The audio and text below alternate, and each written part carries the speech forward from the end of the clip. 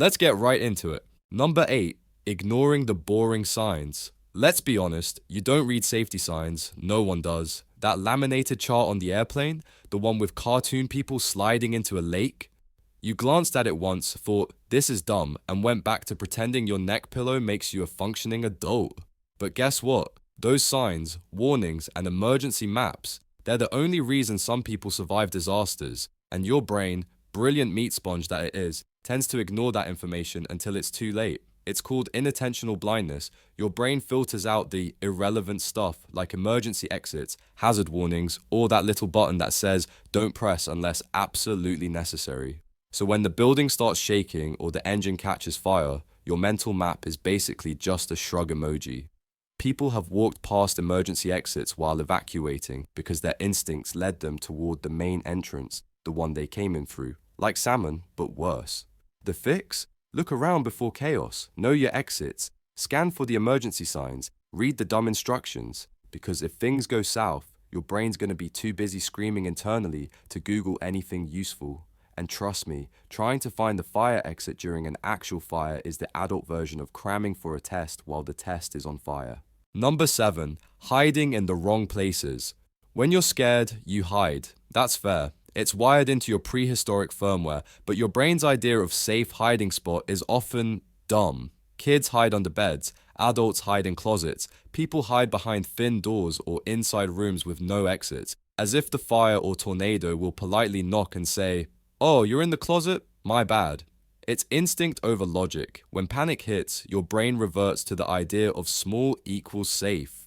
Because way back when, squeezing into a rock crevice did help avoid getting eaten by cave tigers. But modern disasters don't care if you're hiding under a table. Smoke, flooding, collapsing ceilings. They all love a good game of guess which air pocket they're stuck in. Even worse, in mass shootings or active threat scenarios, people hide in bathrooms with no locks, under desks in open rooms, or behind glass because something feels safer than nothing. The real move?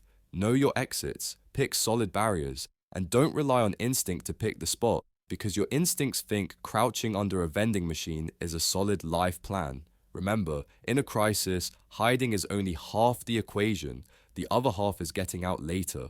Number 6, following the crowd to doom. The comforting stupidity of a group. If everyone's walking into the ocean, your brain thinks, they probably know what they're doing. That's the herd instinct, one of nature's most reliable ways to make entire groups of people simultaneously wrong. Humans are social animals. When chaos hits, we scan for social cues. What's everyone else doing? Running left? We run left. Sitting still?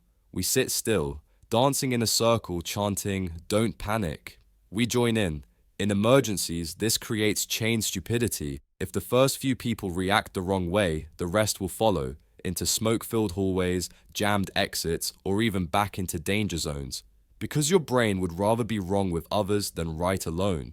It's called social proof, and it's why people during evacuations have calmly waited in lines that went nowhere, because someone else did first. There's even a term for the slow motion chaos it causes, evacuation delay. Basically, everyone milling around, politely dying because no one wants to be the first to sprint. If you're the one who actually acts, you might look like a weirdo, but hey, you'll be a living weirdo. And that's better than being a well-behaved statistic. So maybe don't follow the crowd, especially if the crowd is currently walking into a bear's mouth. Number 5, screaming instead of breathing. Picture this, you're dangling off a cliff, gripping a branch that's slowly cracking, and what does your body decide to do? Hold its breath.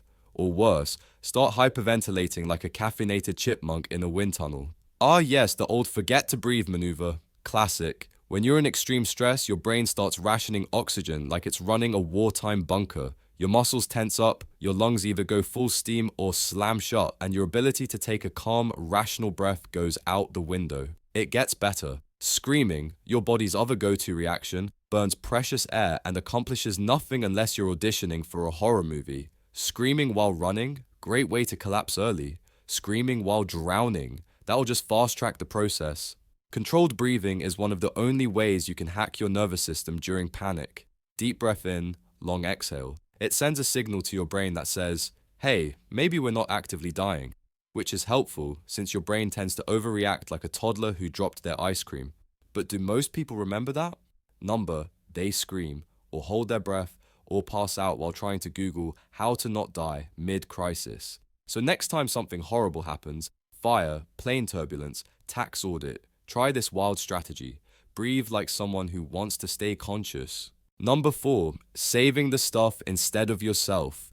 Humans are sentimental hoarders. If a flood hits, you're not thinking, grab the emergency kit. You're thinking, wait, my laptop, my phone, my grandmother's haunted porcelain cat collection. It's instinct. When disaster strikes, we try to preserve identity. Our stuff is part of who we are, and that makes for terrible survival choices. People have literally gone back into burning buildings for phones, for wallets, for pets. Okay, pets get a pass, but the other stuff? You can replace it. You cannot replace your eyebrows. In psychology, this is tied to the endowment effect. We value what we already own more than what we could gain, like staying alive. Our brains scream, no, not the scrapbook from Cancun 2008, even as floodwaters rise. Even worse. In group evacuations, people slow each other down, trying to grab stuff. One person stops for a bag, someone else stops for their vape, and suddenly everyone's dead because Karen couldn't leave without her blender. So maybe next time you're thinking about rescuing your favorite hoodie from a burning car, ask yourself, do I want to be comfy or do I want to be alive? Spoiler, being alive is slightly warmer than being a ghost with a sweater. Number 3, freezing when you should move. Here's a cool feature your brain has. Sometimes, when it detects danger, it just stops, like a deer, in headlights, or a human, in a panic, or both. Welcome to tonic immobility, a fancy term for your brain forgot what verbs are. Let's say there's an active shooter, or an earthquake, or a creepy noise in the hallway. You'd like to think you'll spring into action like a well-trained action hero. But statistically, you're more likely to stand there blinking like Windows 98. It's not cowardice, it's biology. Your brain scans for danger and sometimes thinks, wait, maybe if I turn into a mannequin, the threat will get confused. That might have worked on predators that hunted by movement. Not so great for falling objects, bullets, or speeding cars. This freezing response happens especially when your brain doesn't have a script. No plan, no training, no mental rehearsal. So it throws up its hands and goes, guess we die now? The real irony? We often judge people who freeze as if they did nothing.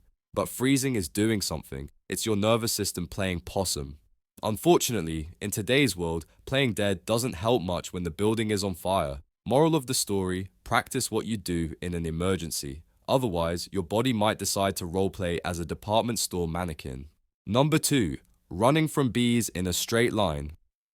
Let's talk about bees. Cute, fuzzy, apocalyptic sky bullets with a vendetta. If you've ever panicked and sprinted from a bee like you're reenacting a nature documentary, congratulations, you just activated a very old, very bad survival instinct. Your body says, run. But here's the thing, bees fly, they don't tire out, and you're basically leading them on a scenic tour of your panic. Your natural instinct is to flee. What you should do is head for shelter, a car, a building, anything with a door.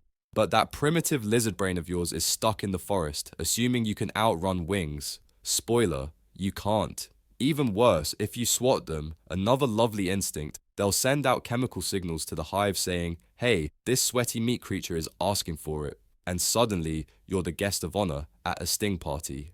The flight part of fight or flight was never meant for high-speed aerial assault. It was meant for snakes, maybe bears, not flying rage marbles. So if you ever disturb a beehive, first of all, why? Don't just run in a straight line screaming like a malfunctioning car alarm. Get inside, shut the door, and apologize to nature later.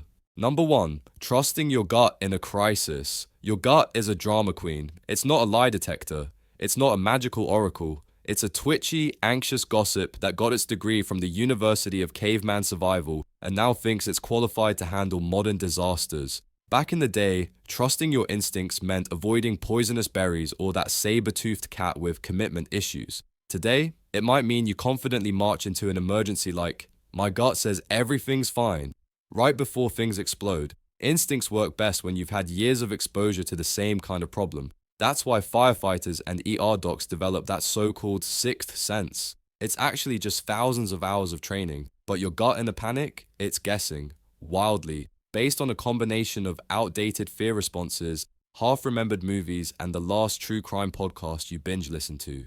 Ever heard of the normalcy bias? It's your brain's fun little way of whispering, this can't be happening during a crisis. Which means you might smell smoke in a theater and calmly wait to be told it's okay, instead of leaving like a person who values their eyebrows. Trusting your gut might get you out of a bad Tinder date, but in a building on fire, your gut's gonna be like, maybe we should stay put and finish our sandwich. Basically, in modern emergencies, your gut is just as likely to get you killed as it is to save you, so maybe trust your training instead, or at least the fire alarm.